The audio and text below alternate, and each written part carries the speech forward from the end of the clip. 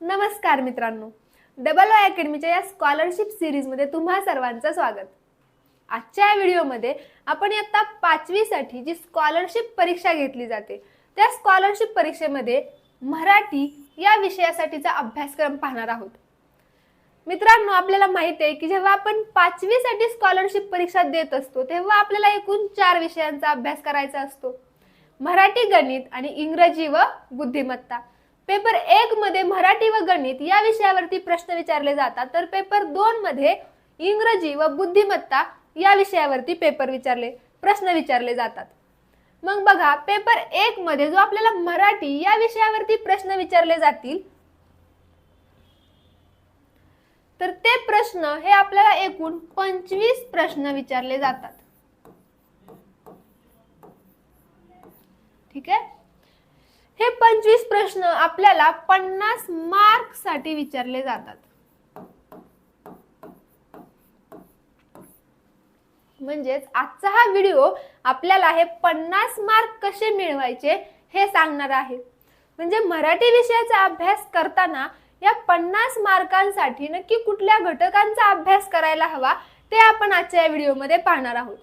चला तर मग अभ्यासक्रम पाहायला सुरुवात करूया।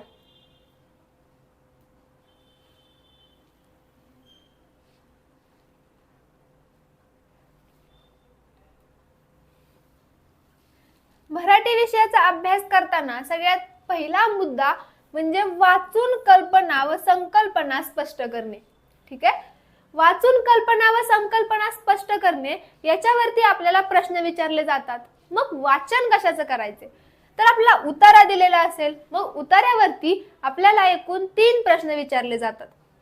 वृत्तपत्रातील जाहिराती व बातम्यांवर आधारित प्रश्न असतील, म्हणजे काही जाहिराती दिल्या असतील किंवा बातम्या दिल्या असतील त्याच्यावरती आपल्याला प्रश्न विचारले जातात। मग कविता व त्यावर आधारित प्रश्न, जसा उतारा दिला जातो आणि त्याच्यावरती 3 प्रश्न विचारले जातात, तसेच कविता व त्याच्यावरती आपल्याला 3 प्रश्न विचारले जाऊ शकतात। नंतर कार्यात्मक व्याकरण।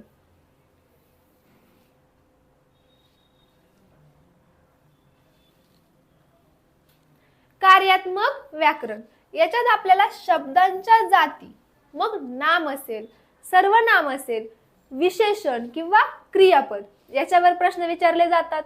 नंतर लिंग, मग लिंग कोणते असतात, स्त्रीलिंग असेल, पुल्लिंग असेल, नपुंसकलिंग असेल, या लिंगांवरती आपल्याला कार्यात्मक व्याकरणामध्ये प्रश्न विचारला जाऊ शकतो।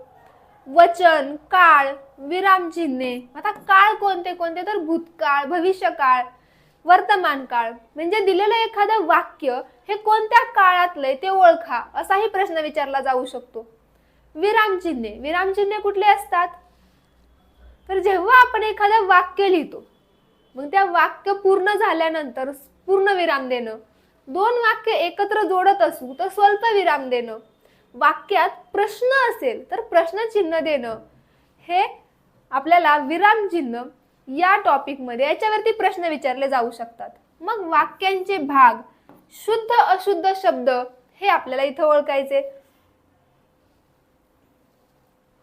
नंतर भाषेचा व्यवहारात उपयोग।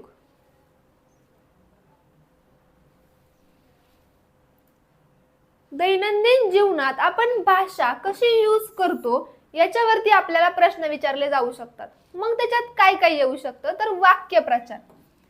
दिलेल्या वाक्यप्रचाराचा योग्य अर्थ ओळखा, किंवा एखादा अर्थ दिलेला असेल त्या अर्थाचा वाक्यप्रचार कोणता। आपल्याला काही शब्द दिले किंवा अक्षर दिली असतील, त्या अक्षरांपासून एखादा वाक्यप्रचार किंवा म्हणी तयार करा, त्या म्हणीचा अर्थ काय असतो ते सांगा। नंतर संवादावर आधारित प्रश्न, म्हणजे एक संवाद दिलेला असेल त्याच्यावरती आपल्याला 3 प्रश्न विचारले असतील, ज्याची उत्तरं ही आपल्याला संवादातच भेटतील। नंतर निर्देश, म्हणजे काही सूचना दिल्या असतील त्या सूचना नीट वाचून आपल्याला प्रश्नांची उत्तरं लिहायची असतात। जसं की योग्य शब्दांचा वापर करून वाक्य पूर्ण करा, सुसंगत वाक्यांचा परिच्छेद, म्हणजे त्या वाक्य एकमेकांवरती डिपेंड असतील असे 3 प्रश्न असतील। वाक्यांच्या वेगवेगळ्या भागातील चुकीचा भाग ओळखणे, सर्वोत्कृष्ट विकल्प निवडून वाक्य पूर्ण करणे, व माहिती तंत्रज्ञान विषयक व मराठी भाषेत वापरल्या जाणाऱ्या इंग्रजी शब्दांना पर्यायी मराठी शब्द शोधणे, यावरही आपल्याला प्रश्न विचारले जाऊ शकतात.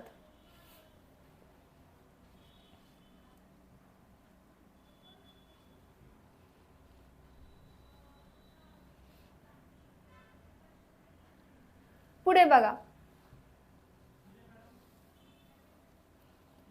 शब्द संपत्तीवरील प्रभुत्व. मग आता शब्द संपत्तीवरील प्रभुत्व म्हणजे आपल्याला शब्दांची किती माहिती आहे ते याच्यात पाहिलं जाईल. जसं की समानार्थी शब्द, म्हणजे एक शब्द दिला तर त्याला समानार्थी शब्द आपल्याला पर्यायात दिलेला असेल, मग तो शब्द कोणता हे आपल्याला पर्यायातून निवडता यायला हवं. समानार्थी शब्दासारखाच विरुद्धार्थी शब्दही दिलेला असेल. शब्द कोडी असतील, जोड शब्द असतील, अलंकारिक शब्द किंवा शब्द समूहाबद्दल एक शब्द, म्हणजे तुम्हाला काही शब्द समूह दिला असेल त्याच्यासाठी एक पर्टिक्युलर शब्द आपल्याला पर्यायातून निवडून लिहायचा आहे. समूहदर्शक शब्द, पिलोदर्शक शब्द, घरदर्शक शब्द अशा प्रकारचे प्रश्न आपल्याला शब्द संपत्तीवरील प्रभुत्व या घटकामध्ये विचारले जाऊ शकतात.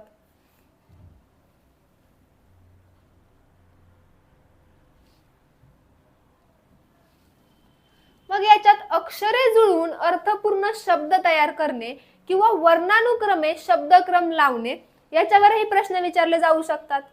मग एकाच शब्दाचे भिन्न अर्थ शोधणे असेल किंवा भाषाविषयक सामान्य ज्ञान. भाषाविषयक सामान्य ज्ञान म्हणजे काय तर लेखक, कवी, संत, शास्त्रज्ञ, खेळाडू, राष्ट्रीय प्रतीके, दिनविशेष, शौर्य पदके, पुरस्कार, खेळ, रंगछटा